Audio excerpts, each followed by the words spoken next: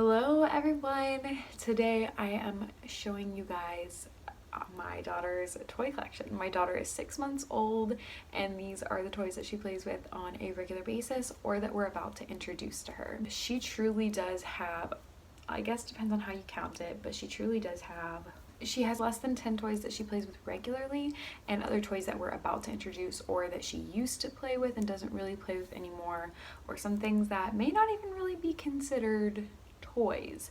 So that's not me trying to be misleading. I'm dead serious, and you're gonna see later in this video exactly what I'm considering a toy or not a toy. So like you'll see that she has multiple rattles, she has multiple teethers, but I'm only really in the total count for the title, I'm only including the ones that she really plays with regularly. So she really, I promise you, it's not clickbait, she really only plays with about 10 toys. I'm making this video just to show you that you don't have to have a ton of toys for your kids to grow and learn developmentally and be happy. Kids make do with whatever you give them. Don't feel like you have to go out and buy a ton of different toys. We honestly didn't buy really any of this. Most of this was gifted to us or we bought secondhand. Actually, I think most of this was gifted. So we just work with what we have and we try to use things in creative ways.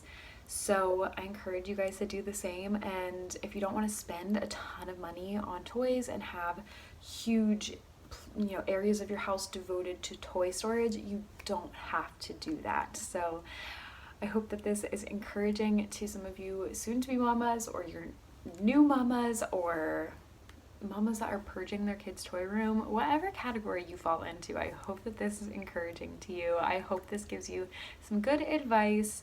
And yeah, so let's get into the little exploring her toy collection.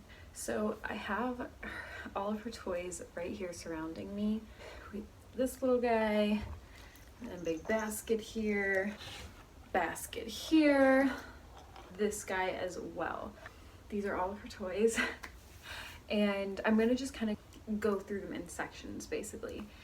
I want to give a disclaimer that she does have more toys than this. She does. She has, if you watch my DIY toy thrift flip video, you'll see a little guitar, you'll see her little walker, but also she has a piano back here. I don't know if you can see her toy shelf.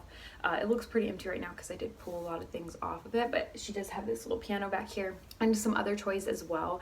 Those are things she's not using yet, so I'm not including them in this video just because we have them in our house. If she's never touched it and we're not planning to introduce it soon, I'm not going to talk about it. So for instance, these stacking rings she has actually never played with yet, but I think she's getting to the age where she will soon. So she does have a toy, a little stacking ring toy that she will probably start exploring soon. So I did want to include that in this video.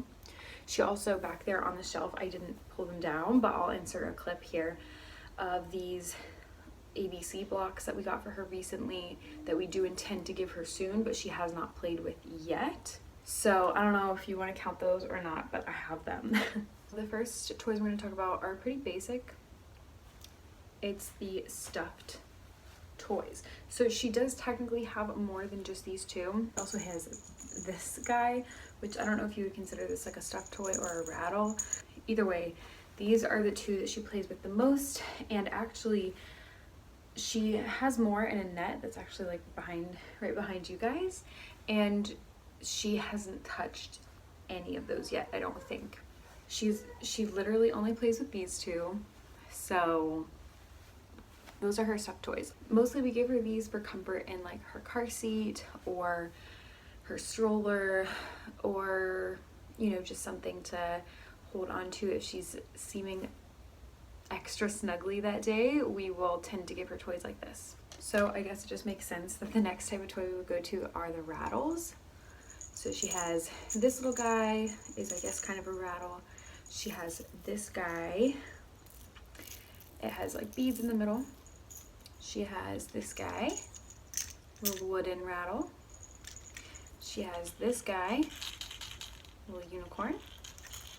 And she actually has two of these more maraca type rattles. By far, this is the one she plays with the most. Honestly, some of those, like the unicorn, she really has never gravitated towards and never really plays with. She loves this one because the little netting is really easy for her to hold on to. It's easy for her, like, it makes noise no matter which way you shake it around, no matter which end she has a hold of.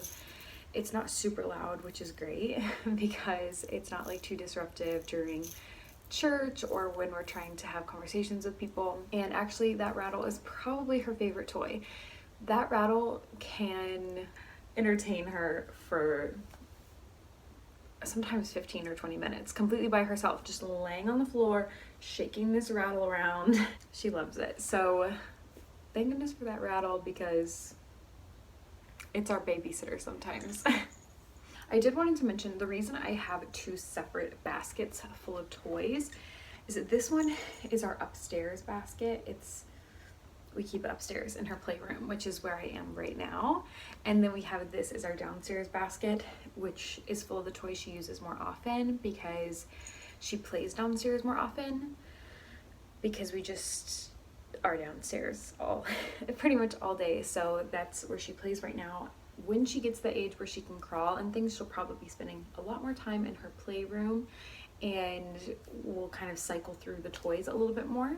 Another disclaimer though, I do want to say one reason we're able to have so few toys is because we try to utilize other things as toys. For instance, we have a pacifier clip like hanging from her car seat. And so like literally she has a pacifier that like dangles in front of her while she's in the car and she will like play with that. You know, it's kind of like mimics a baby gym style where like things hang down and they can like make them swing and play with them and interact. So we do use a lot of things that are not really toys. If you saw my 3-month educational play with me video, I'll have it linked if you haven't seen it. But if you saw that, you probably saw some things that weren't necessarily toys in that video. For instance, I have a loofah in this basket up here because she used to play with this all the time. It had a very cool texture. You can pull it and play with it. So she would play with household items that were not technically toys a lot. She doesn't play with the loofah as much anymore. Just because I haven't given it to her recently, she probably still would play with it. And then we also have things like this little piece of fabric. I have this in all different colors up here. I don't know if you would count this as a toy or not. We use it for like sensory play to learn colors and things like that. And we have a set up here and a set downstairs. So that's one reason we're able to have so few toys, is just because we utilize other things. But also she has therapy once a week where her physical therapist will bring other toys and she brings different toys all the time. So she kind of gets that novelty of seeing new toys without us having to buy any, and I am thankful for that. I know not all kids are doing physical therapy. I know not all kids who have physical therapy have a therapist who will bring their own toys. So that's something that we definitely do benefit from. But also in some ways it encourages us to buy more toys because we see that she really enjoys something and I'm like, oh, I really should get her something like that. So it really can be taken both ways, just depending on who you are as a person. But anyways, get those disclaimers out of the way and back to the toys that she plays with. Has these blocks. She loves these blocks. One of them jingles, the yellow one. The green one has a mirror. And the blue one has this little shiny side, which she really likes.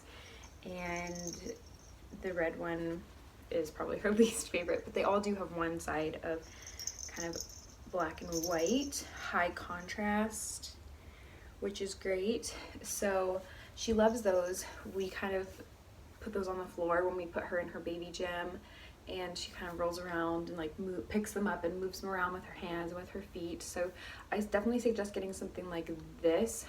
Honestly, these have been one of the biggest indicators of her development to us, because when she first started interacting with these, she would hit them and knock them down, and now she's able to understand to put her hands on both sides and pick it up. So it's really amazing watching her be able to interact with these toys in different ways, and those blocks have been a big one for us. So these are just soft blocks. They're Baby Einstein brand. I think they originally came from Target or something. She's also in her teething stage, so we have a few teethers. Honestly, most of these were gifted to me.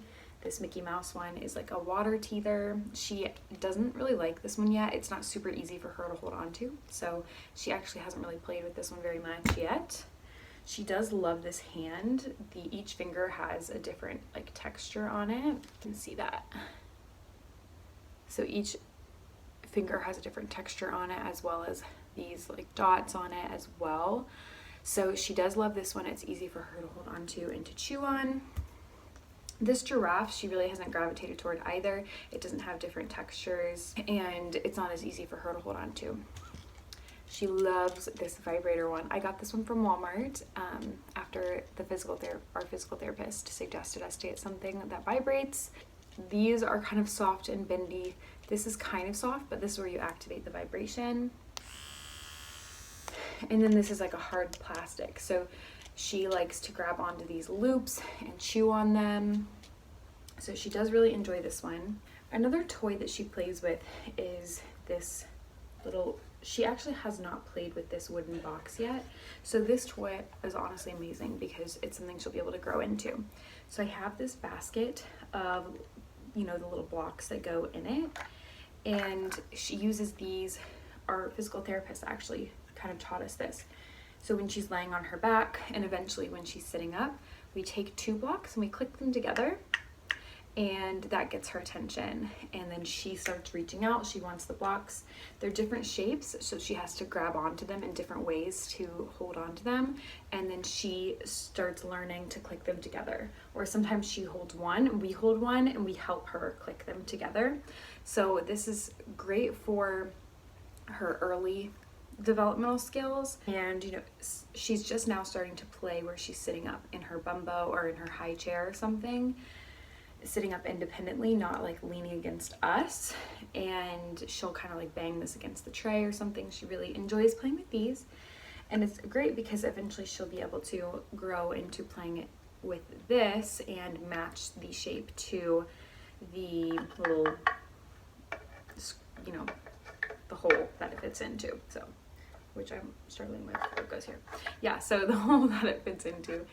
So I love this toy for that reason. So she hasn't played with it completely yet, but you know, and they're all different colors, so she's get to learn shapes and colors. We do, when she's playing with these, we try to tell her like, this is a pentagon, it's blue, this is an oval, it's yellow, whatever.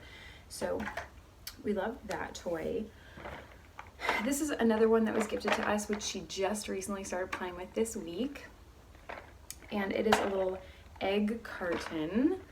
So, and each one has a piece you can take off, and then an egg you can squeak, or a little chicken you can squeak. And then it also, each of them has a different shape on the bottom. So each of them has a different place to fit into on this carton. So as she gets older, she'll have to match up the shapes, and then she'll have to match the color of the face with the color of the little chick thing. So this again has layers that she can grow into when she's matching colors and she's matching shapes, and you know, and it's also just cool to explore it as well. So right now she just kind of throws it all over the place, and that's fun for her. So honestly, we're almost done. The last section are her little crinkly. So this is a book. It crinkles. She loves it. She loves playing with it in the car seat. She has another one. She's yet to really play with this one. It's kind of big for her. It's not as easy to grab onto and squish as the little one. So she doesn't really play with this one yet, but we do have it. Her paper she loves. It's soft and pretty high contrast, and it's very, very loud and very sensitive to touch. So I don't give her this one as much as this one anymore, but we have them, so it's always something that we'll be able to utilize to play with differently as she grows and develops. She also has this flower which also crinkles. So I kind of grouped all the noisy things together, but this one has a hook where it can hook onto her car seat. She loves playing with this one in her car seat. But that's it. That's all of the toys that she plays with on a fairly regular basis, or that we're intending to show her soon. So I hope that that kind of helps you. I know there's a lot of pressure these days for moms to buy all of these different toys We do try to stay away from plastic, so the only plastic toys we really have are the little shapes that go with the wooden box, and the little egg carton is mostly plastic. Obviously some of her teethers and rattles are plastic, things like that. I know there's a lot of pressure, like you have to get all these wooden toys and stuff. We have a variety, and I think that's really important to have. You know, I think just the point is that you don't have all plastic toys, you don't have all stuffed animals. A variety is definitely important for your child to get a well-rounded sensory development and to learn to interact and play with different things. Those are the toys that we have. Those are things that we use. All of them she'll be able to use at different stages of development, which I love. And like I said, we do intend to eventually implement a toy rotation, which I'm super excited about doing at some point. I hope that gives you guys a little bit of consolation if you don't have a huge toy collection, and I hope it gives you some inspiration of things that you can get for your child to be a little bit more creative, to think outside the box, and to get different things, get your kid playing with different things. I think it would be a little misleading if I didn't include also her toy gym here. She plays in that thing all the time, so I do want to insert a clip of that. This was fairly inexpensive, and I know you can buy toy gyms off Facebook Marketplace or used for pretty cheap. This one's really small, it's really simple. It does eventually convert into like a little ball pit, which is cute. But yeah, so that is literally all of her toys. That is all we have for her right now, or all of her toys that she plays with. So I do expect that as she gets older, she will have more toys that she plays with at a time, and more things that we've just collected over time, and I think that that's perfectly fine as well. So thank you so much for watching, and I will see you guys in the next one.